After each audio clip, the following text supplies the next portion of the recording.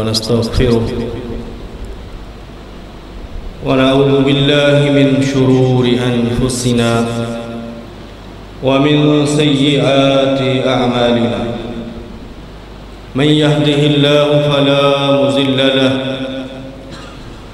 ومن يضلل فلا هادي له وأشهد أن لا إله إلا الله وحده لا شريك له وأشهد أن محمدًا عبده ورسوله أما بعد فإن خير الحديث كتاب الله وخير الهدي هدي محمد صلى الله عليه وسلم وشر الأمور محدثاتها وكل محدثة بدعة وكل بدعة ضلالة وكل ضلالة في النار. أعوذ بالله السميع العليم من الشيطان الرجيم. بسم الله الرحمن الرحيم. يا أيها الذين آمنوا اتقوا الله حق تقاته ولا تموتن إلا وأنتم مسلمون. يا أيها الناس اتقوا ربكم الذي خلقكم من نفس واحدة وخلق منها زوجها وبث منهما رجالا كثيرا ونساء واتقوا الله الذي تساءلون به والأرحام إن الله كان عليكم رقيبا. يا أيها الذين آمنوا اتقوا الله وقولوا قولا سديدا يصلح لكم أعمالكم ويغفر لكم ذنوبكم ومن يطع الله ورسوله فقد فاز فوزا عظيما. محترم اساتذہ کرام اور طلباء اعزام، آج کے اس پرفتن دور میں ہم اپنے معاشرے میں نظر دوڑائیں تو ہم بہت سارے اللہ تعالیٰ کے احکامات کی خلاف ورزی کر رہے ہیں، اور یہ معاشرہ مجموعی طور پر برائی کا معاشرہ بن چکا ہے، اور انسان جب دیکھتا ہے کہ آج کا مسلمان وہ کس کس برائی کے اندر ملوث ہے اور کس طرح اللہ اور اس کے رسول صلی اللہ علیہ وسلم کی اتباع اور پیروی کی مخالفت ہو رہی ہے، آج اس چیز کی بھی بڑی شدت سے کمی محسوس کی جا رہی ہے کہ ہمارے ہاں بڑوں کا ادب اور چھوٹوں کی شفقت، اس میں بھی کافی کمی آ چکی ہے. لوگ شرم اور حیا سے عاری ہوتے چلے جا رہے ہیں، اور سابقہ امم کے اندر جو ایک برائی پائی جاتی تھی، آپ صلی اللہ علیہ وآلہ وسلم نے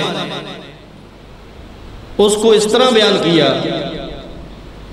صحیح البخاری میں کہ اذا لم تستحی فاصنع ما شئت، کہ جب تیرے اندر حیا نہ رہے، شرم نہ رہے، پھر تو جو چاہے گا. حیا وہ چیز ہے جو انسان کے اندر بڑوں کا ادب پیدا کرتی ہے، جو انسان کو بڑوں کے سامنے ادب اور احترام کے ساتھ پیش آنے کے لیے حکم دیتی ہے.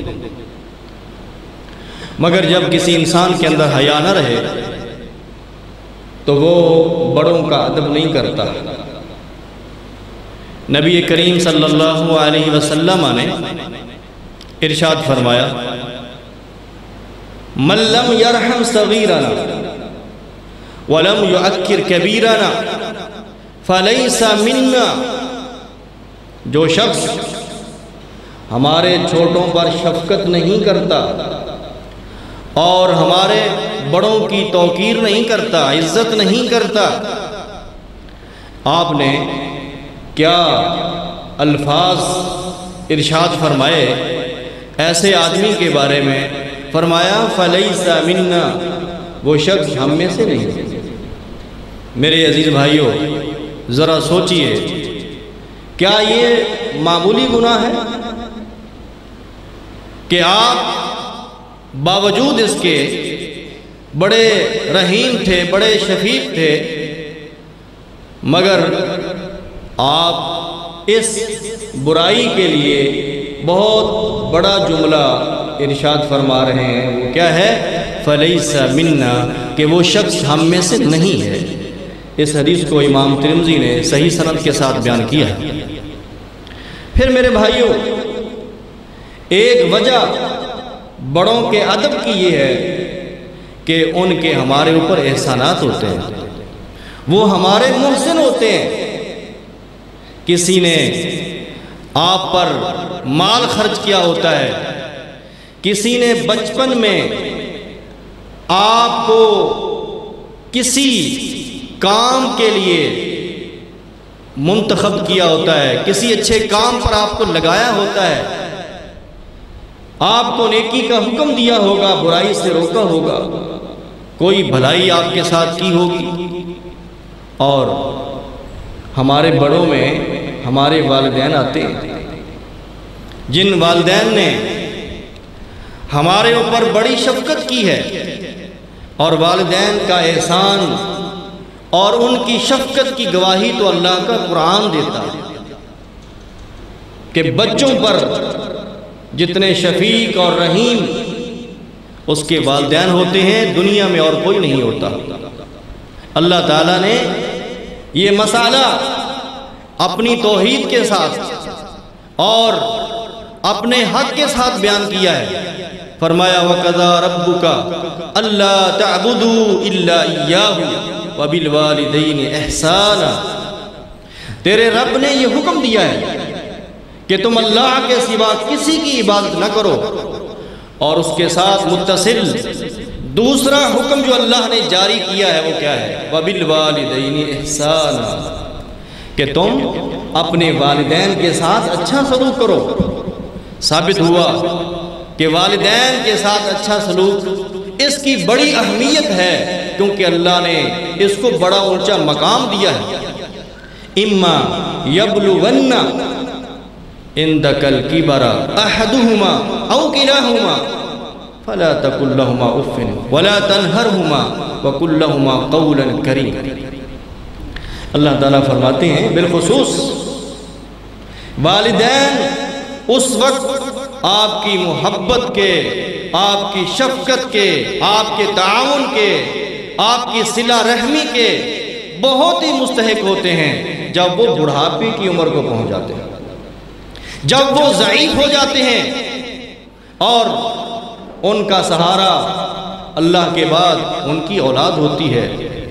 اور اگر جب باپ میرے بھائیوں لاٹھی پکڑ لے، جب اس کی کمر جھک جائے، جب اس کا جسم نحیف ہو جائے، جب اس کے اندر کئی ساری بیماریاں آ جائیں، تو وہ باپ اپنی اولاد کا کس قدر مستحق ہے کہ اولاد اس پر مہربانی کرے، شفقت کرے۔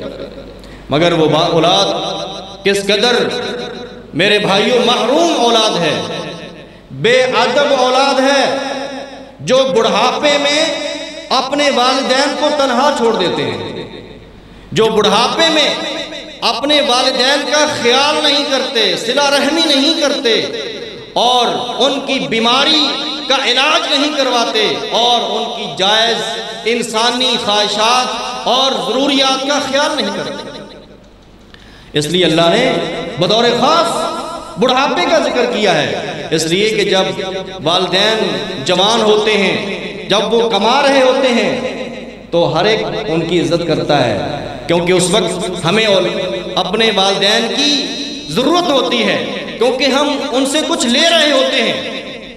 لیکن جب وہ بے سہارا ہو جاتے ہیں، جب وہ اپنی عمر کا اکثر حصہ گزار چکے ہوتے ہیں، تو اس وقت وہ ہماری شفقت اور مہربانی کے مستحق ہوتے ہیں۔ اس لیے اللہ نے فرمایا کہ بڑھاپے کی حالت میں اگر وہ دونوں یا ان میں سے کوئی ایک آپ کو مل جائے تو غنیمت جانو۔ ایسی عمر میں اپنے والدین کی خدمت کر کے اللہ سے جنت حاصل کرو۔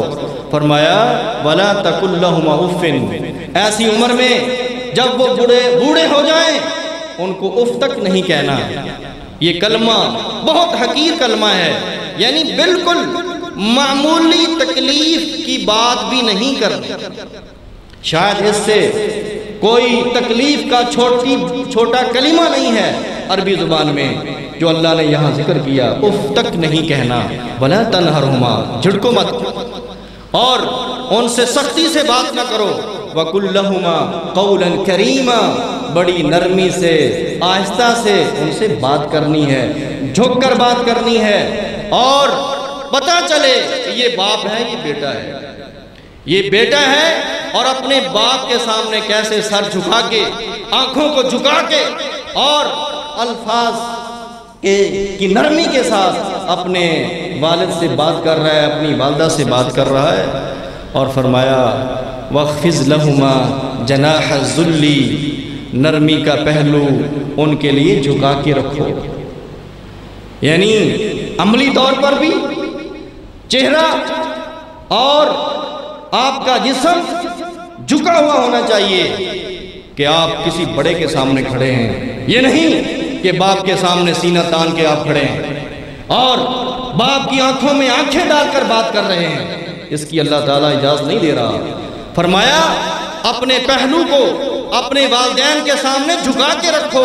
وَقُلْ رَبِّ ارْحَمْهُمَا كَمَا رَبَّيَانِي صَغِيرًا، اور ساتھ اللہ نے یہ بھی حکم صادر کر دیا ہے کہ جب تمہارے والدین دنیا سے چلے جائیں یا دنیا کے اندر موجود ہوں، اس میں یہ تخصیص نہیں ہے کہ مرنے کے بعد ہی دعا کرنی ہے، والدین زندہ ہوں یا نہ زندہ ہوں، دونوں صورتوں میں ہماری دعا کے مستحق ہیں۔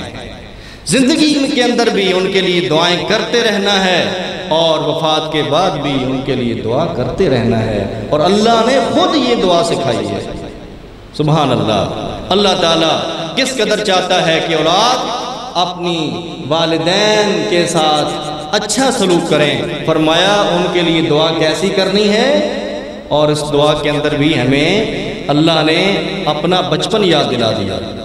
کما ربیانی صغیرا، کہ انسان کو جب اپنا بچپن یاد ہوتا ہے، اپنی کمزوری یاد ہوتی ہے، اپنی محتاجی یاد ہوتی ہے، تو پھر اس کو قدر ہوتی ہے کہ میرے والدین میں بچپن میں میرے ساتھ کتنا اچھا سلوک کیا تھا، مجھے پڑھایا تھا، لکھایا تھا، اور بیماری کی صورت میں میرا علاج کروایا تھا، میرا باپ کندھوں پہ اٹھا کر مجھے ہسپتال لے جاتا تھا، سکول میں لے جاتا تھا، ڈاکٹر کے پاس لے کر جاتا تھا، اور جب بچہ بیمار ہو جاتا ہے میرے بھائیوں والدین کو نیند نہیں آتی، ان کو پریشانی رہتی ہے کہ ہمارا بیٹا بچ جائے، اس کی بیماری ختم ہو جائے، اور میرے بھائیوں بچہ بیمار ہوتا ہے اور والدین کس قدر پریشان ہوتے ہیں۔ اس لیے اللہ نے بچپن یاد کرائے۔ سورۃ الاسراء کی یہ 33 اور 34 نمبر 2 آیات میں نے آپ سے، اسی طرح مختلف احادیث میں والدین کے ساتھ اچھا سلوک کرنے کا حکم دیا گیا ہے، ان کی عزت اور اکرام کرنے کا حکم دیا گیا ہے، ان کے لیے مغفرت کی دعا کرنے کا حکم دیا گیا ہے، حتیٰ کہ والدین کے جو دوست ہوتے ہیں ان کے ساتھ بھی اچھا سلوک کرنے کا حکم دیا گیا ہے۔ ابو عمر الشیبانی رحمہ اللہ کہتے ہیں حدثنا صاحب حاضر الدار، ہمیں اس گھر والے نے حدیث بیان کی ہے، وَأَشَارَ بِيَدِهِ إِلَى دَارِ عَبْدِ اللَّهِ بن مسعود رضی اللہ تعالی عنہ، اور عبداللہ بن مسعود رضی اللہ تعالی عنہ کے گھر کی طرف اشارہ کرتے ہوئے ابو عمر الشیبانی کہتے ہیں کہ انہوں نے ہمیں حدیث بیان کی ہے۔ وہ کون سی حدیث ہے کہ رسول اللہ صلی اللہ علیہ وسلم سے میں نے سوال کیا، ای الاعمال احب الی اللہ، اے اللہ کے حبیب یہ بتائیے کہ اللہ کے ہاں سب سے محبوب اعمال کون ہیں، کون کون سے ہیں؟ فرمایا الصلاۃ علی وقتها، نماز کو اس کے وقت پر ادا کرنا، جیسے ہی اذان ہو جائے، جیسے ہی اذان کا وقت نماز کا وقت داخل ہو جائے اسی وقت نماز کو ادا کرنا، یہ بڑے بڑے محبوب اعمال میں سے ہے۔ قلت ثم ای، میں نے پوچھا اللہ کے حبیب اس کے بعد کون سا عمل ہے؟ فرمایا بر الوالدین، دوسرے نمبر پر نماز کے بعد، کیونکہ نماز اللہ کا حق ہے، اور دوسرے نمبر پر اپنے حق کے بعد اللہ تبارک و تعالی نے والدین کا حق بیان کر دیا، جس طرح آپ نے آیت کے اندر سنا کہ اللہ نے اپنی عبادت کے بعد والدین کے ساتھ اچھا سلوک کرنے کا حکم دیا ہے۔ میرے بھائیوں حدیث کے اندر بھی اسی ترتیب کے ساتھ بیان کیا گیا، پہلے نماز کا حکم دیا گیا کہ الصلاۃ علی وقتها، نماز کو اس کے وقت پر ادا کرو، یہ محبوب ترین عمل ہے۔ عبداللہ بن مسعود رضی اللہ تعالی عنہ نے جب دوسرے نمبر پر پوچھا اللہ کے حبیب دوسرے نمبر پر کون سا عمل بہترین عمل ہے، اللہ کو محبوب ہے؟ فرمایا بر الوالدین، والدین کے ساتھ اچھا سلوک کرنا، ان کے ساتھ بھلائی کرنا، ان کا خیال کرنا۔ فرمایا یہ دوسرے نمبر پر اللہ کے ہاں محبوب عمل ہے۔ قلت ثم ای، قال الجہاد فی سبیل اللہ، جب میں نے تیسری بات پوچھا تو آپ نے فرمایا اللہ کی راہ میں جہاد کرنا۔ یہ حدیث صحیح بخاری اور مسلم کے اندر موجود ہے۔ ابو ہریرہ کہتے ہیں رضی اللہ تعالی عنہ، جاء رجل الى النبی صلی اللہ علیہ وسلم فقال یا رسول اللہ ای الناس احق بحسن صحابتی، اے اللہ کے حبیب یہ بتائیے لوگوں میں سب سے زیادہ میرے حسن سلوک کا کون مستحق ہے، کون زیادہ حق رکھتا ہے؟ اس کائنات کے اندر بڑے لوگ ہیں، بڑی دنیا موجود ہے، مگر میرا سوال یہ ہے کہ سب سے زیادہ کون حقدار ہے کہ جس کے ساتھ میں اچھا سلوک کروں؟ فرمایا امو کا، تیری ماں۔ قلتو ثم من، میں نے پھر پلٹ کے سوال کیا اللہ کے حبیب اس کے بعد؟ فرمایا امو کا، تیری ماں۔ قلتو ثم من، پھر میں نے سوال کیا تیسری بار اللہ کے حبیب، پھر فرمایا امو کا، تیری ماں۔ قلتو ثم من، جب اس بندے نے چوتھی بار پوچھا تو آپ نے فرمایا ابو کا، تیرا باپ۔ ثم الادنا کا، ادنا کا، اس کے بعد پھر آپ نے ترتیب بتائی کہ ماں باپ کے بعد بالترتیب جو لوگ تمہارے زیادہ قریبی رشتہ دار ہیں وہ ماں باپ کے بعد زیادہ تمہارے حسن سلوک کے مستحق ہیں۔ اس حدیث کو بھی امام بخاری اور مسلم دونوں نے روایت کیا ہے۔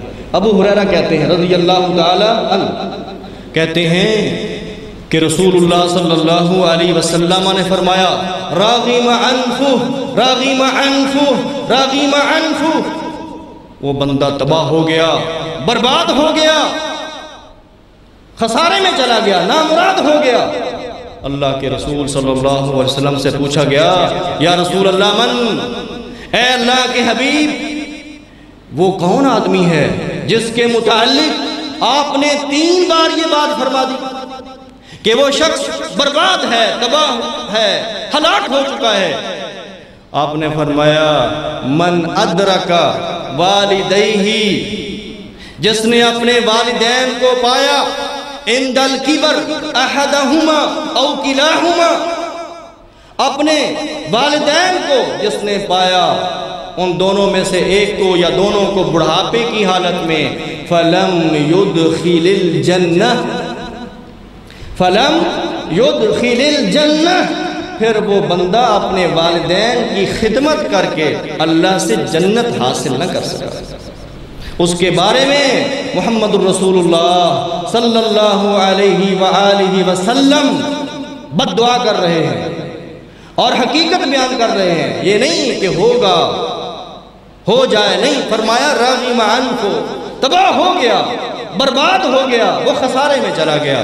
میرے بھائیوں، اگر آج ہمارے والدین دنیا کے اندر موجود ہیں، یہ اللہ کی طرف سے ہمارے لیے نیکی کا بہت بڑا دروازہ ہے، اور جنت حاصل کرنے کے لیے ہمارے پاس یہ اللہ کی طرف سے بہت بڑا موقع ہے، مگر بہت سارے لوگ اس موقع کو ضائع کر دیتے ہیں۔ والدین کی زندگی میں اپنے ماں باپ کی خدمت نہیں کرتے، ان کا حال نہیں پوچھتے، مگر جب وہ فوت ہو جاتے ہیں، قاری صاحب میرے ماں باپ کے لیے دعا کرو، ہائے میری ماں ہوتی تو میں یوں کر دیتا۔ کب؟ جب فوت ہو جاتے ہیں۔ جب زندہ ہوتے ہیں تو ماں اچھی نہیں لگتی، جب زندہ ہوتے ہیں تو باپ اچھا نہیں لگتا۔ باپ کے پاس بیٹھنے کے لیے وقت نہیں ہے، لوگوں کے ساتھ گھنٹہ گھنٹہ پیکج لگا کر باتیں کرتا ہے، لیکن باپ کے پاس بیٹھنے کے لیے 5 منٹ نہیں ہے، ماں کے پاس بیٹھنے کے لیے وقت نہیں ہے۔ لیکن جب یہ نعمت چھن جاتی ہے، والدین اپنا وقت گزارنے کے بعد اللہ کے حضور چلے جاتے ہیں، قبروں میں پہنچ جاتے ہیں، پھر یہ افسوس کرتا ہے کہ ہائے کاش کہ میرے ماں باپ ہوتے، میں ان کی خدمت کرتا۔ میرے بھائیوں، آج ہمارے ماں باپ ہمارے پاس موجود ہیں، اللہ کی نعمت ہے، ان کی قدر کیجئے اور ان کی خدمت کر کے اللہ سے جنت حاصل کیجئے۔ نبی کریم صلی اللہ علیہ وسلم نے تو اہل شرک والدین کے ساتھ بھی اچھا سلوک کرنے کا حکم دیا ہے۔ اگر آپ کے والدین اہل توحید نہیں ہیں، اہل سنت اور اہل حدیث نہیں ہیں، بدعتی ہیں، تب بھی بطور والدین وہ آپ کی خدمت کے مستحق ہیں، اس لیے کہ انہوں نے آپ کو جنم دیا ہے، انہوں نے بچپن میں آپ کی خدمت کی ہے، انہوں نے آپ کو کھلایا اور پلایا ہے، تربیت کی ہے، بڑا کیا ہے۔ اگر آپ کا باپ کافر بھی ہے، اس کی بھی خدمت کرنا آپ کے لیے ضروری ہے، اس کی بھی بے ادبی کرنا حرام ہے۔ اسماء بنت ابی بکر رضی اللہ تعالی عنہ کہتی ہیں کہ میری والدہ میرے پاس آ رہی تھی، اور یہ وقت تھا جب قریش اور اللہ کے رسول صلی اللہ علیہ وسلم کے درمیان ایک عہد ہوا تھا، ایک میثاق ہوا تھا جنگ بندی کا، صلح حدیبیہ کے موقع پر۔ تو اس وقت میں بہت سارے کافر لوگ مدینے آئے اپنے رشتہ داروں سے ملنے کے لیے۔ اسماء رضی اللہ تعالی عنہ کہتی ہیں قدمت علی امی وہی مشرکہ، میری ماں بھی میرے پاس آئی اور وہ اس وقت تک مشرکہ تھی، اور فقلت یا رسول اللہ صلی اللہ علیہ وسلم ان امی قدمت علی وہی راغبۃ افاصلها قال صلها۔ اے اللہ کے حبیب، میری ماں میرے پاس آ رہی ہے، مگر اس کا عقیدہ توحید نہیں ہے، وہ قرآن کو نہیں مانتی، وہ پیارے پیغمبر کی نبوت اور رسالت کا اقرار نہیں کرتی، وہ اللہ کی توحید کی شہادت نہیں دیتی، وہ دین اسلام کو نہیں مانتی، کیا میں ایسی ماں کے ساتھ اچھا سلوک کروں؟ فرمایا سیلیہا، اے اسماء یہ تیری ماں ہے، تو نے اس کے ساتھ اچھا سلوک کرنا ہے۔ میرے بھائیوں، یہ تو مشرکہ ماں تھی، مگر وہ ماں جس کے سینے میں اللہ کی توحید ہو، وہ ماں جس کے سینے میں اللہ کا قرآن ہو، وہ ماں جو آپ کو لوریاں دیتی تھی، لا الہ الا اللہ پڑھتی تھی، وہ ماں جو وضو کر کے آپ کو دودھ پلاتی تھی، وہ ماں جو رات کو اٹھ کر تہجد پڑھتی تھی، آج اس ماں کی عزت نہیں ہو رہی، آج اس کو بھی نظر انداز کیا جا رہا ہے کہ یہ ماں پرانی باتیں کرتی ہے۔ آج کا دور بدل چکا ہے، یہ کیسی میری ماں ہے، اس کو کیا پتا جدیدیت کیا ہوتی ہے، اس کو کیا پتا، آج کا ماحول تبدیل ہو چکا ہے۔ ہم اپنے بوڑھے ماں باپ کی تذلیل کرتے ہیں، تضحیق کرتے ہیں کہ میں بہت پڑھا لکھا بندہ ہوں، مجھے بہت علم ہے، میں بہت ماڈرن ہوں، میں بڑی جدت کو جانتا ہوں۔ میرے بھائیوں، یہ ساری چیزیں والدین کی توہین ہے۔ والدین کا اکرام کرنا، عزت کرنا ہمارے اوپر فرض ہے، اور یہ روایت بھی میرے بھائیوں صحیح بخاری اور مسلم کے اندر موجود ہے۔ نبی کریم صلی اللہ علیہ وسلم کے صحابی مغیرہ بن شعبہ رضی اللہ تعالی عنہ بیان کرتے ہیں کہ رسول اللہ صلی اللہ علیہ وسلم نے فرمایا من الکبائر شتم الرجل والدیہ، بڑے بڑے جو کبیرہ گناہ ہیں ان میں سے ایک بڑا کبیرہ گناہ یہ ہے کہ کوئی آدمی اپنے ماں باپ کو گالی دے۔ قیلا یا رسول اللہ صلی اللہ علیہ وسلم حل یشتم الرجل والدیہ، اس وقت صحابہ نے تعجب کیا تھا کہ وہ دور ادب کا دور تھا، احترام کا دور تھا۔ صحابہ اکرام نے جب یہ بات آپ کی زبان مبارک سے سنی کہ جو آدمی اپنے ماں باپ کو برا بھلا کہتا ہے، گالی دیتا ہے، یہ کبیرہ گناہ ہے، تعجب سے پوچھتے ہیں یا رسول اللہ کیا کوئی بندہ اپنے ماں باپ کو بھی گالی دیتا ہے؟ فرمایا ہاں، یسب ابا الرجل فیسب اباہ، ایک شخص کسی کے باپ کو گالی دیتا ہے اور وہ بدلے میں اس کے باپ کو گالی دیتا ہے۔ فیسب امہ فیسب امہ، وہ کسی دوسرے کی ماں کو گالی دیتا ہے اور وہ بدلے میں اس کی ماں کو گالی دیتا ہے، یعنی بالواسطہ گالی دینے کا سبب بن گیا، بلا واسطہ تو نہیں دیتا کہ سیدھا ہی اپنے باپ کو گالی دے یا سیدھی اپنی ماں کو گالی دے۔ فرمایا یہ بالواسطہ گالی دیتا ہے، یہ ایسے ہی ہے جیسے خود گالی دے رہا ہے، اور یہ کبیرہ گناہ ہے۔ مگر آج کا دور بہت آگے جا چکا ہے، آج گالیاں بلا واسطہ نہیں بالواسطہ دی جا رہی ہیں، بالکل ڈائریکٹ اپنے باپ کے سامنے کھڑے ہو کر آج کا بیٹا اپنے باپ کو برا بھلا کہہ رہا ہے، آج کا بچہ اپنی ماں کے سامنے کھڑے ہو کر اپنی ماں کو گالی دے رہا ہے، اپنے باپ کو دھکا دے رہا ہے۔ اور میرے بھائیو یہ بات بھی سوچنے والی ہے کہ یہ جو کافروں کا کلچر، مغربی کلچر ہمارے اندر بھی آ چکا ہے، اولڈ ہوم کا، ہمارے بڑے بڑے شہروں میں بھی اولڈ ہوم بن چکے ہیں۔ دیکھو جا کر 70 80 سالہ بوڑھی مائیں اپنے گھروں سے نکال دی گئی، بیٹا کسی بڑے عہدے پر فائز ہے، بیوی بڑی ماڈرن ہے، پڑھی لکھی ہے، بڑے اونچے خاندان سے ہے، اور وہ بیوی اپنی ساس کو، اپنے خامد کی ماں کو اپنے گھر میں رکھنے کے لیے تیار نہیں ہے۔ وہ اپنے خامد سے کہتی ہے یا اپنی ماں کو رکھ لے یا مجھے رکھ لے، ہم دونوں اس گھر میں نہیں رہ سکتے۔ اور بدبخت بیٹا بیوی اور ماں میں سے کس کا انتخاب کرتا ہے؟ بیوی کا انتخاب کرتا ہے، ماں کو گھر سے نکالتا ہے کہ ہاں میں بیوی کو نہیں چھوڑ سکتا، ماں کو چھوڑ سکتا ہوں۔ ہائے اللہ، وہ ماں آج جس نے اپنے گھر میں بیٹھ کر بیٹے کے لیے دعائیں کرنا تھی، جس نے آج بیٹے کا عروج دیکھنا تھا، شفقت اور مہربانی دیکھنی تھی، جس نے گھر میں آ کر اپنی ماں کے پاؤں دبانے تھے، جس نے گھر میں آ کر اپنی ماں کا حال چال پوچھنا تھا، آج وہ گھر ماں کی نعمت سے محروم ہو چکا ہے، اور بیٹے نے اپنے ہاتھوں سے اللہ کی رحمت کو گھر سے میرے بھائیوں رخصت کر دیا ہے۔ میرے عزیز بھائیوں، ایسے لوگوں کا کیا حال ہوگا قیامت کے دن جب اللہ کے حضور کھڑے ہوں گے اور ان کے والدین ان کا گریبان پکڑیں گے کہ جب یہ چھوٹے تھے، ماں نے نطفے سے لے کر حمل کے وضع تک اور دودھ پلانے کی صحبتیں، اور پھر رات کو اٹھ کر بیٹے کا پیشاب دھویا اور میرے بھائیوں اس کو سوکھی جگہ پر رکھا، خود گیلے بستر پر سوئی رہی۔ آج وہ ماں اولڈ ہوم کے اندر بیٹھی ہوئی ہے اور اس کا بیٹا اپنے گھر کے اندر اپنی بیوی کے ساتھ بیٹھا ہوا ہے۔ میرے بھائیوں، کیا خیال ہے؟ کیا یہ ظلم نہیں ہے؟ اور قیامت والے دن ان ظلموں کا حساب نہیں ہوگا؟ کیا اللہ اس بوڑھی ماں کو جو مظلوم ہے، جو دھکے دے کر گھر سے باہر نکالی گئی ہے، اللہ اس کی فریاد نہیں سنے گا؟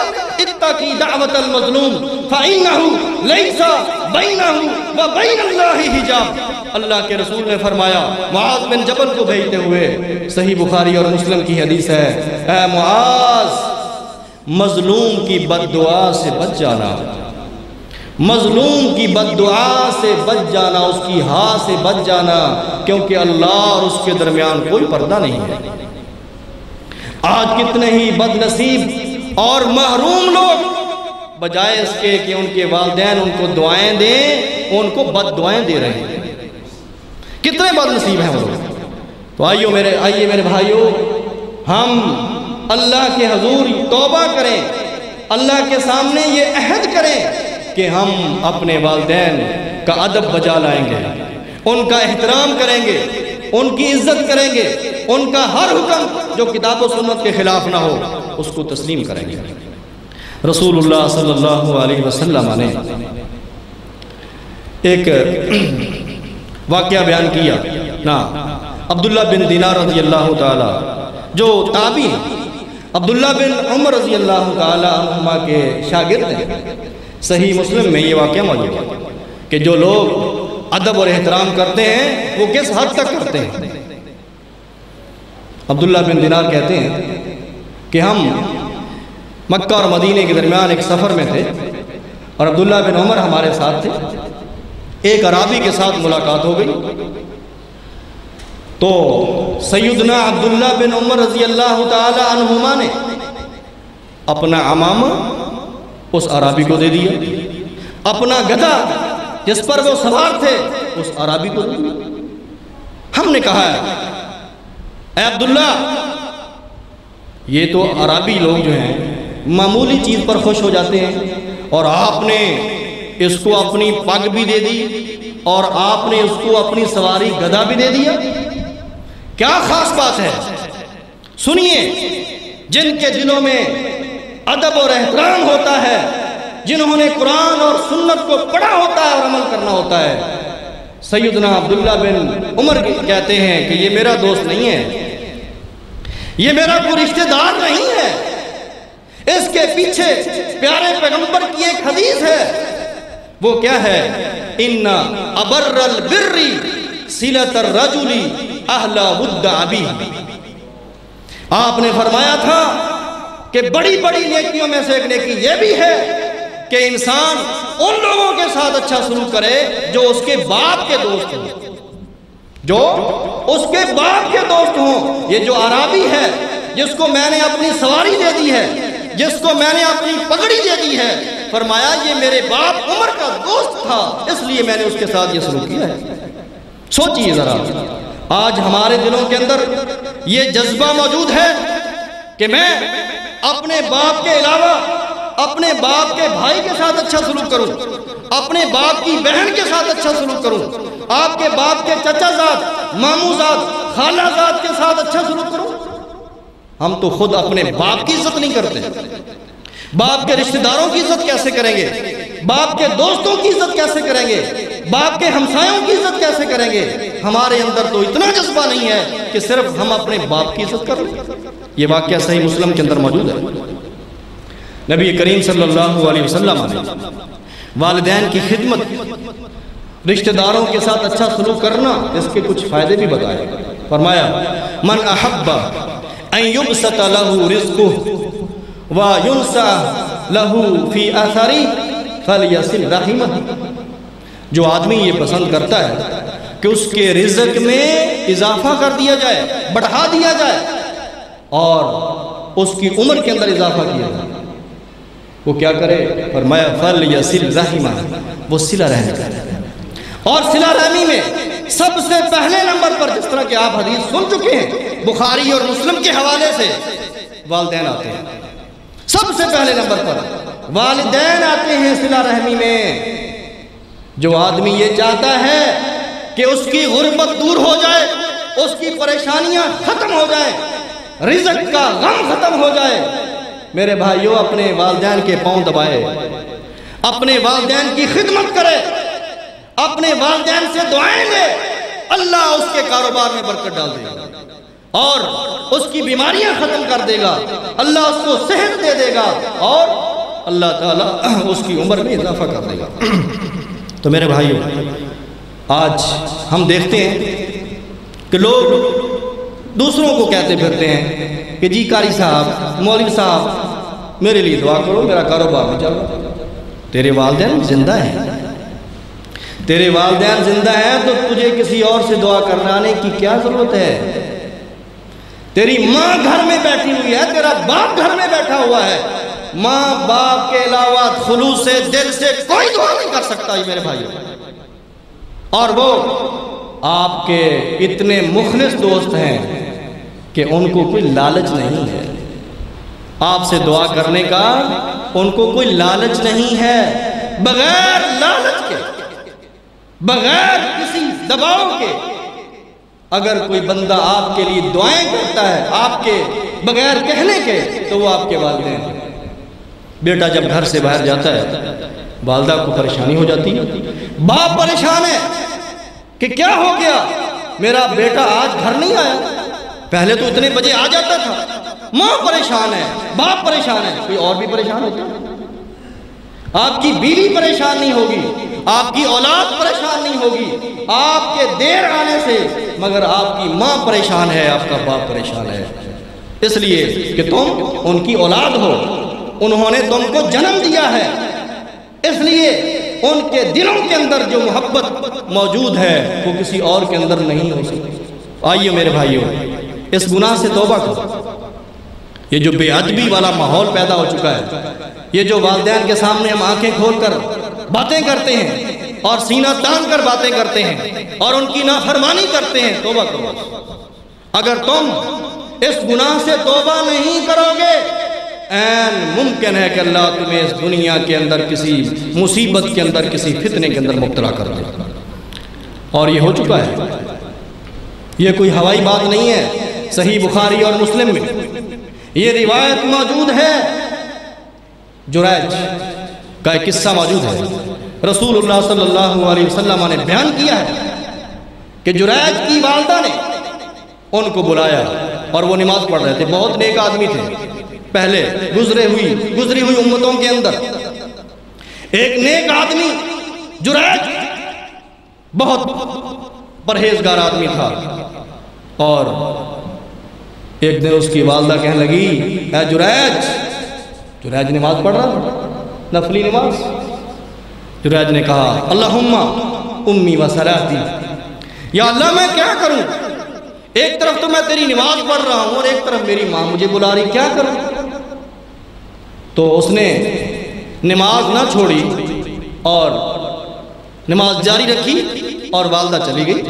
اگلے دن پھر والدہ نے آواز دی، پھر جریج نے کہا، یا اللہ امی و صلاتی، یا اللہ ایک طرف تیری نماز ہے اور ایک طرف میری ماں ہے، کیا کروں؟ نماز نہیں چھوڑی اور والدہ واپس چلی گئی۔ تیسرے دن پھر والدہ نے آواز دی، جریج نے نماز نہیں چھوڑی اور اپنی ماں کی بات نہیں مانی، لبیک نہیں کہا، اپنی ماں کے پاس حاضر نہیں ہوا۔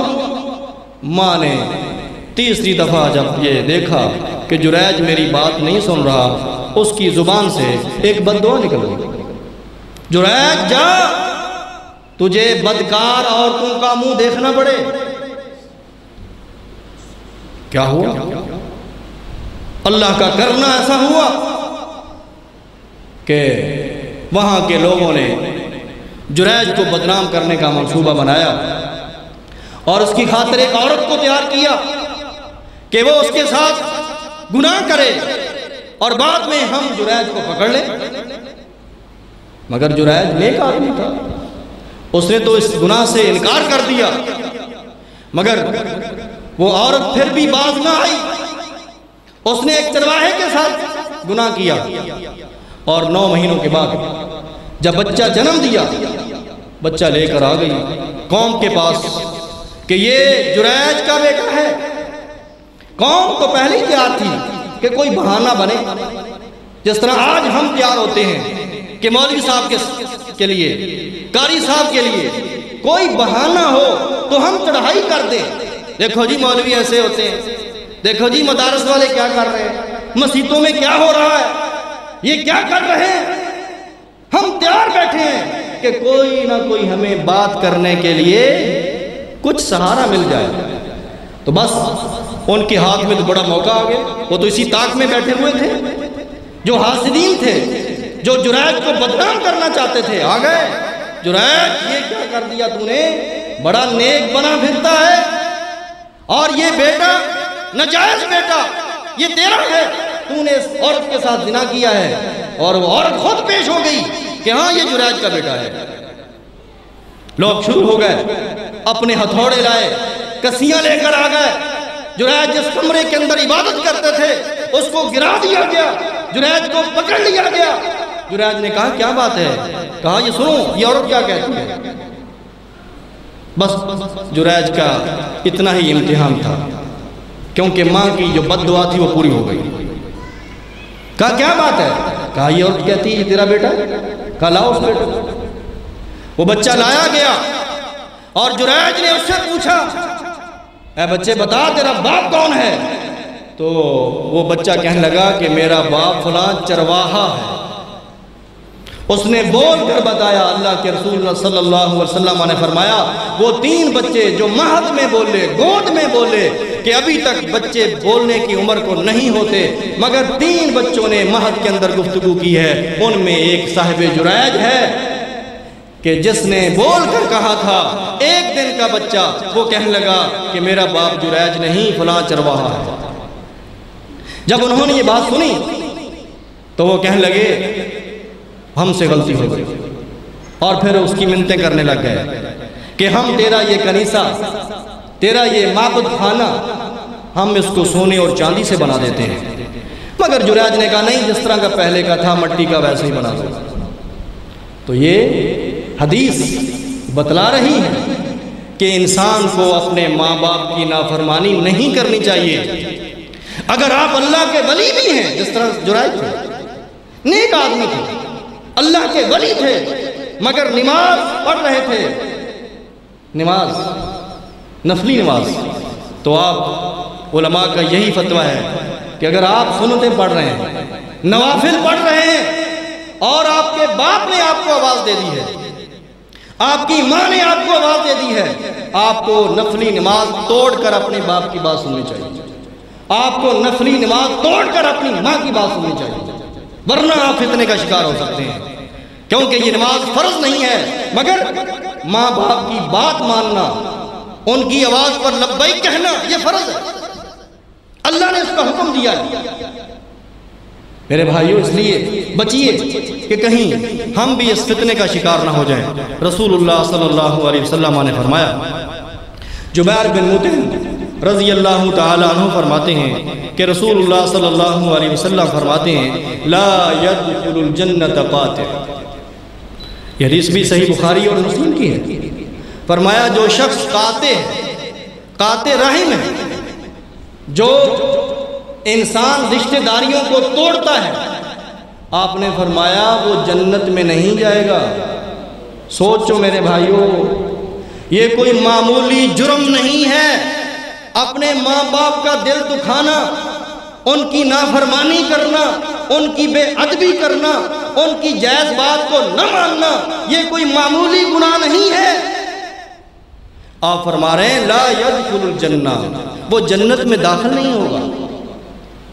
تو کیا ہم اپنے لیے پسند کریں گے کہ ہم جنت میں نہ جائیں؟ اور ہم کیا کر رہے ہیں؟ اپنے والدین کی نافرمانی کر رہے ہیں. اس سے بھی توبہ کرو میرے بھائیو. یہ حدیث بھی بخاری اور مسلم.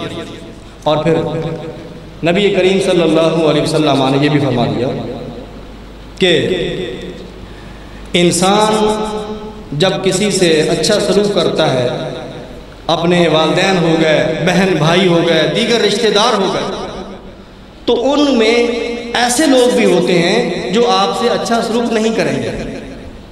تو کیا ہم بھی اس کے جواب میں ان سے قطع رحمی کر دیں، رشتہ ناتا توڑ دیں، آنا جانا بند کر دیں؟ نہیں، اس کی اجازت بھی نہیں.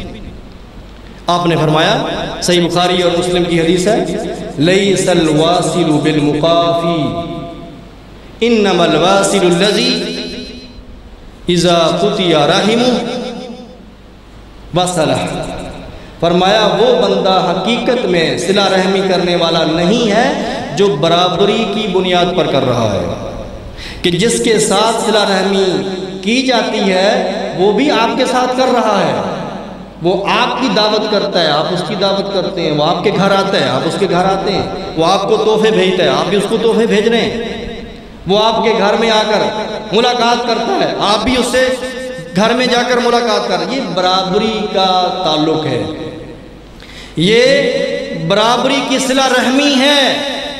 آپ نے فرمایا یہ صلہ رحمی نہیں ہے، حقیقت میں یہ صلہ رحمی نہیں ہے۔ یا رسول اللہ صلہ رحمی پھر کیا ہے؟ فرمایا انما الواصل الذی اذا قطع رحمہ وصل، حقیقی صلہ رحمی کرنے والا وہ بندہ ہے کہ جب اس کے رشتہ دار اس سے تعلق توڑے وہ جوڑ۔ یہ حقیقی صلہ رحمی ہے۔ یہ کام بہت مشکل ہے۔ آپ کا بھائی آپ کے ساتھ برا سلوک کرے اور آپ کے ساتھ اس سے اچھا سلوک کرے، یہ کیسے ہو سکتا ہے بھائی؟ یہ تو بہت مضبوط ایمان والے بندے کا کام ہے، ہم جیسے لوگ اس کا یہ کام نہیں کر سکتے۔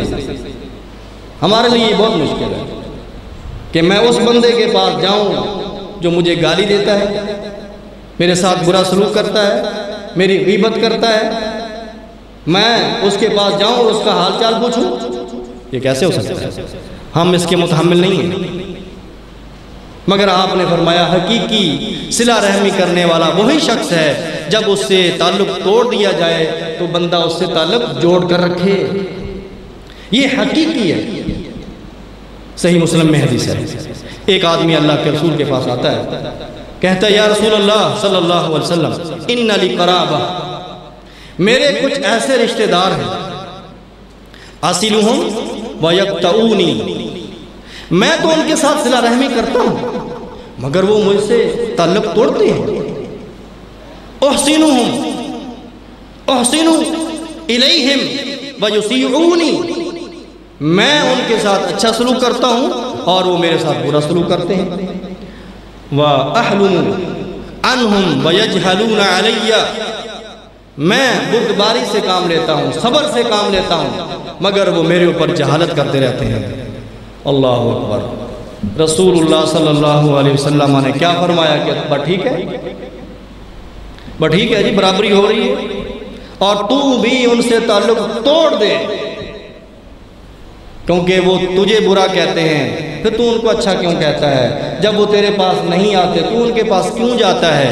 جب وہ تیرے ساتھ قطع رحمی کرتے ہیں تو ان کے ساتھ صلہ رحمی کیوں کرتا ہے؟ جب وہ تیری برائی بیان کرتے ہیں تو ان کی اچھائی بیان کیوں کرتا ہے؟ آپ نے یوں نہیں فرمایا، آپ نے فرمایا لَإِن كُنْتَ كَمَا قُلْتَ فَكَأَنَّمَا تُصِفُّهُمْ الْمَلَّ، اے میرے صحابی اگر بات اسی طرح ہی ہے جس طرح تو کہہ رہا ہے تو تو ان کے منہ میں گرم راکھ ڈال رہا ہے، تو ان کے منہوں میں گرم راکھ ڈال رہا ہے۔ وَلَا يَزَالَ مَعَكَ مِنَ اللَّهِ زَحِيرٌ مَا دُمْتَ عَلَى ذَلِكَ، اگر یہی صورتحال تیری رہی، اگر تو اس پر قائم رہا، اپنے رشتہ داریوں کو تو نے جوڑ کے رکھا، اپنے رشتہ داروں کی باتوں کو برداشت کرتا رہا، ان کی غیبت کو برداشت کرتا رہا، ان کی جہالت کو برداشت کرتا رہا، ان کی قطع رحمی کو برداشت کرتا رہا، اللہ کی طرف سے ایک مددگار تیرے ساتھ ہمیشہ رہے گا۔ اللہ کی طرف سے ہمیشہ تیرے ساتھ ایک مددگار رہے گا۔ صحیح مسلم کی حدیث ہے۔ میرے بھائیوں، چاہیے آپ کو ایک باڈی گارڈ، آپ کو ایک باڈی گارڈ چاہیے اللہ کی طرف سے، پولیس والا نہیں، رینجر کا نہیں، فوج کا نہیں، اللہ کی طرف سے، اللہ کی طرف سے۔ ہم میں سے کوئی بھی ایسا باڈی گارڈ حاصل کر سکتا ہے، پہرے دار حاصل کر سکتا ہے، اس اپنے ایک محافظ اپنے ساتھ ہمیشہ رکھ سکتا ہے، بغیر تنخواہ کے، بغیر کھانے پینے کے، آپ کے ساتھ رہے گا، وہ ہر وقت رہے گا۔ اور وہ کیسے حاصل ہوگا؟ جو آپ کو برا کہتا ہے آپ کو اچھا کہیں، جو آپ سے دور ہوتا ہے آپ اس کے قریب ہو جائیں، جو آپ کو گالی دیتا ہے آپ اس کے لیے دعا کریں. جو آپ کی غیبت کرتا ہے آپ اس کی اچھائی اور بھلائی بیان کریں، اللہ آپ کو باڈی گارڈ مہیا کر دے گا.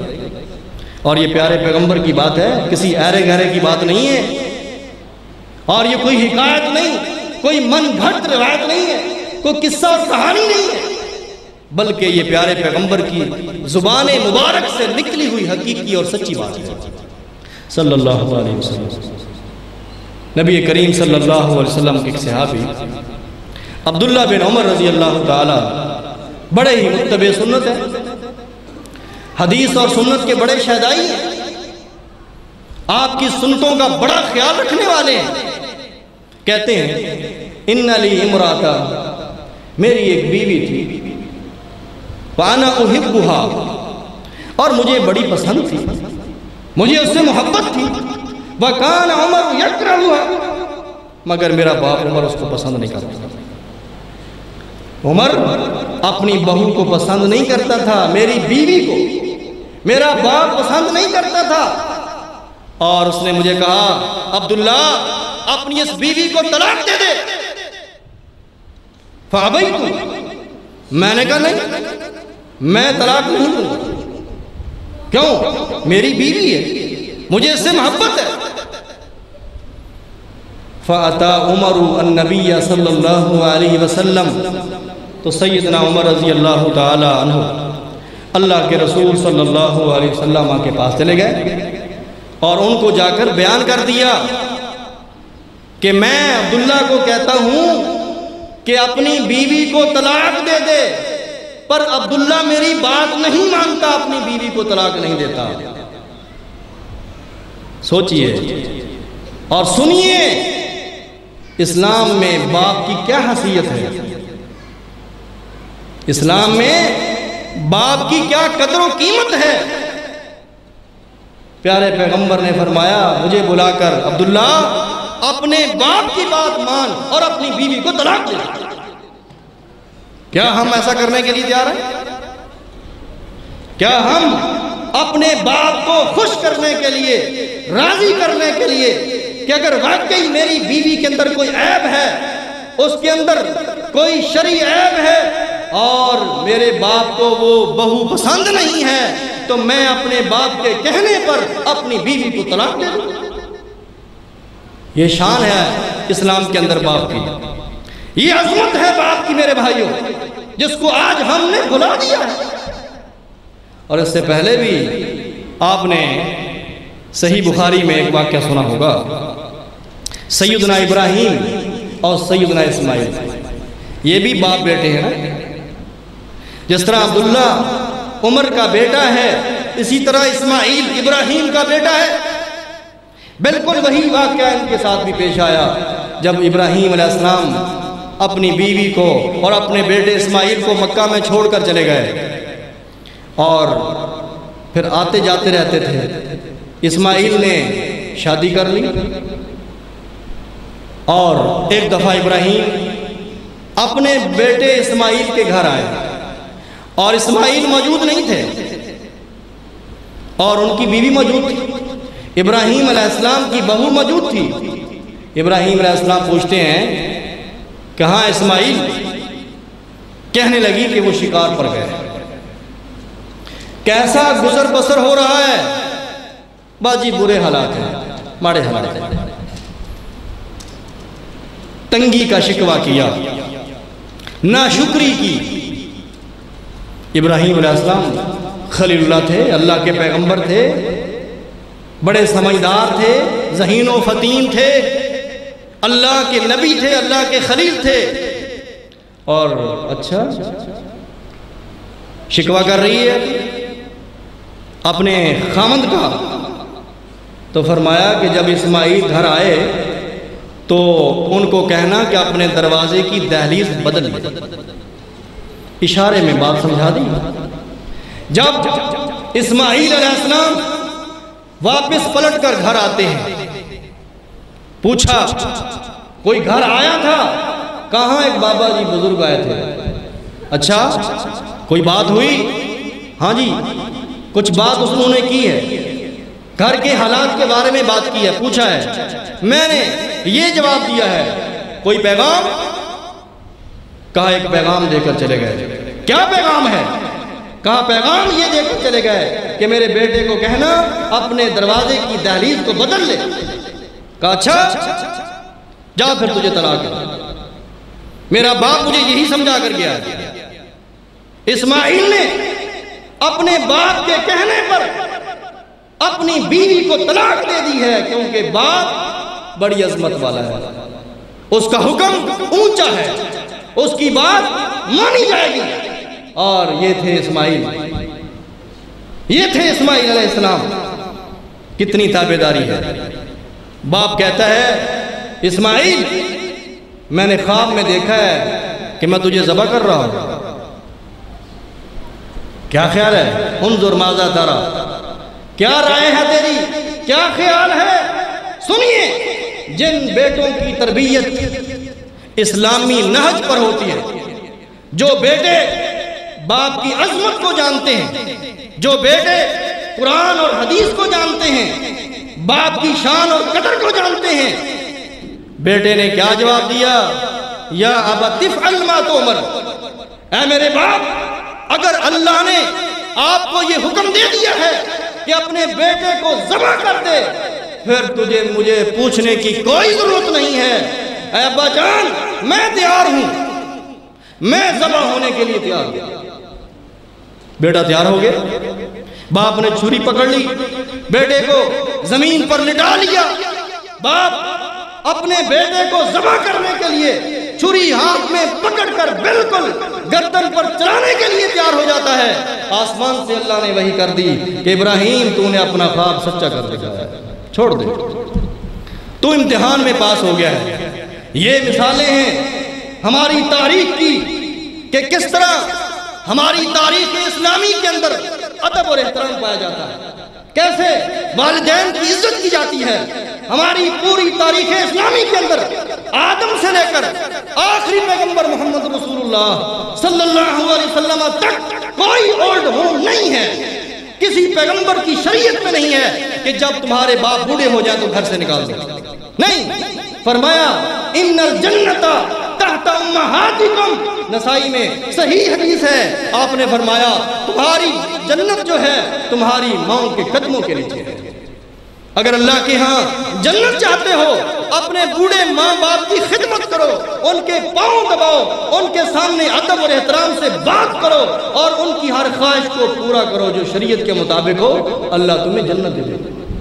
ترمذی میں حدیث آئی ہے، نبی کریم صلی اللہ علیہ وسلم کے پاس ایک شخص آتا ہے، اے اللہ کے حبیب صلی اللہ علیہ وسلم، انی اذنبت ذنبا عظیما فہل لی من توبہ۔ والدین کتنی بڑی نعمت ہے بھائی جان، جو آپ کے گھر میں موجود ہے بغیر پیسوں کے۔ آپ اپنے ماں باپ کو خرید کر گھر میں نہیں لائے، آپ نے پنکھا لیا پیسے دیے، آپ نے مکان بنایا پیسے لگائے، اور آپ نے گھر میں اے سی لگایا پیسے دیے آپ نے۔ ماں باپ کتنی بڑی نعمت ہے، بغیر پیسوں کے فری میں ہمیں ملے ہیں۔ نعمت کیا ہے؟ ان کی موجودگی میں اللہ ہمیں کتنا صبر دیتا ہے، کتنا اجر دیتا ہے۔ یا رسول اللہ مجھ سے بڑا گناہ سرزد ہو گیا ہے، کیا میری توبہ کی کوئی صورت ہے؟ فرمایا حل لک من تیری ماں ہے؟ سوچئے سوال کیا ہے اور جواب کیا ہے؟ کیا سوال ہے؟ مجھ سے بڑا گناہ ہو گیا ہے۔ صحابی پریشان ہے، کوئی بہت بڑا گناہ کر بیٹھا ہے۔ اب اس کا ادراک کرنا چاہتا ہے کہ میں اس گناہ سے کیسے بچ سکتا ہوں، میری توبہ کیسے قبول ہو سکتی ہے۔ فَهَلْ لَكَ مِنَ الْعُمْ، اے میرے صحابی تیری ماں ہے، گھر میں موجود ہے؟ کہا یا رسول اللہ ماں تو چلی گئی، فوت ہو گئی۔ فَهَلْ لَكَ مِنْ خَالَةٍ، کیا تیری خالہ ہے؟ دیکھو ماں باپ کی برکت آگے چل رہی ہے۔ اگر ماں نہیں تو ماں کی بہن موجود ہے؟ ہاں یا رسول اللہ میری خالہ موجود ہے۔ فرمایا فَبِرَّهَا، جا جتنا بھی تو اس سے بڑا گناہ ہو گیا ہے اپنی خالہ کی خدمت کر، اس کے ساتھ نیکی کر، اللہ تیرے گناہ معاف کر دے۔ جامع ترمذی میں صحیح حدیث ہے۔ میرے عزیز بھائیو، آج ہمیں احساس ہی نہیں ہے کہ یہ جو بوڑھی ماں میرے گھر میں بیٹھی ہوئی ہے یہ کتنی بڑی نعمت ہے، دعاؤں کا خزانہ ہے۔ اللہ نے ان کی موجودگی میں تیرے لیے برکتیں رکھی ہیں، رحمتیں رکھی ہیں، ان کے قدموں میں اللہ نے جنت رکھی ہے۔ دبا اپنی ماں کے پاؤں، دبا اپنے باپ کے پاؤں، خدمت کر ان کی، لا ان کو تحفے دے کر لا کر دے، ان کو اچھا سوٹ لا کر دے، اچھا موبائل لا کر دے، اور ان کی خدمت کر، اپنے باپ کو سیر و تفریح کے لیے لے جا۔ لیکن ہم ایسا نہیں کرتے، ہم اپنے دوستوں کے ساتھ نوران کاغان جاتے ہیں، مری جاتے ہیں، سوات جاتے ہیں، سکردو، بلتستان، گلگستان جاتے ہیں، دوستوں کے ساتھ ساری پلاننگ ہوتی ہے، منصوبہ بندی ہوتی ہے، لیکن تیرے باپ نے لاہور نہیں دیکھا، تیرے باپ نے سوات اور مری نہیں دیکھا، تیرے پاس گاڑی ہے، پیسہ موجود ہے، تیری ماں نے بھی لاہور نہیں دیکھا، تیری ماں نے کبھی سیر و تفریح نہیں کی، کبھی اپنے باپ کو بھی اور ماں کو بھی لے گئے؟ یہ ماں باپ سے زیادہ عزیز ہیں آپ کو؟ ان کی خدمت واجب ہے، پیسے بھی خرچ کرتا ہے، گاڑی بھی اپنی لے کر جاتا ہے اور اپنے دوستوں کو لے کر جاتا ہے۔ مجھے بتا، تیری ماں تیری دوست نہیں؟ تیرا باپ تیرا دوست نہیں؟ جس نے تجھے بڑا کیا، جس نے تجھے دوائی کھلائی تھی، جس نے سب کچھ بیچ کر تیرا علاج کروایا تھا، ماں نے اپنی چوڑیاں بیچ کر، اپنا زیور بیچ کر تیرا علاج کروایا تھا، آج تیری ماں تیری رحم کی مستحق نہیں ہے؟ آج وہ اپنے بیٹے کے ساتھ کہیں سیر و تفریح کے لیے نہیں جا سکتی، کیونکہ وہ ماں ہے، کیونکہ وہ تیرا باپ ہے۔ اس لیے میرے بھائیوں، یہ سارا معاشرہ جو اس وقت ہمارا معاشرہ ہے، ہم کہتے تو اس کو مسلمان معاشرہ ہے، لیکن حقیقی بات یہ ہے کہ اس معاشرے کو مسلمان معاشرہ کہتے ہوئے شرم آتی ہے، شرم آتی ہے کہ اسلام کا مذاق اڑایا جاتا ہے، بزرگوں کا مذاق اڑایا جاتا ہے، والدین کا کوئی ادب احترام نہیں ہے، اور ہم سمجھتے ہیں کہ ہم مسلمان معاشرے کے اندر رہ رہے ہیں۔ آؤ میرے بھائیو، توبہ کرو، اللہ انشاءاللہ جو بندہ بھی حقیقی سچے دل سے توبہ کرتا ہے، اللہ تعالیٰ اس کی توبہ کو قبول کرتا ہے۔ وآخر دعوانا الحمدللہ۔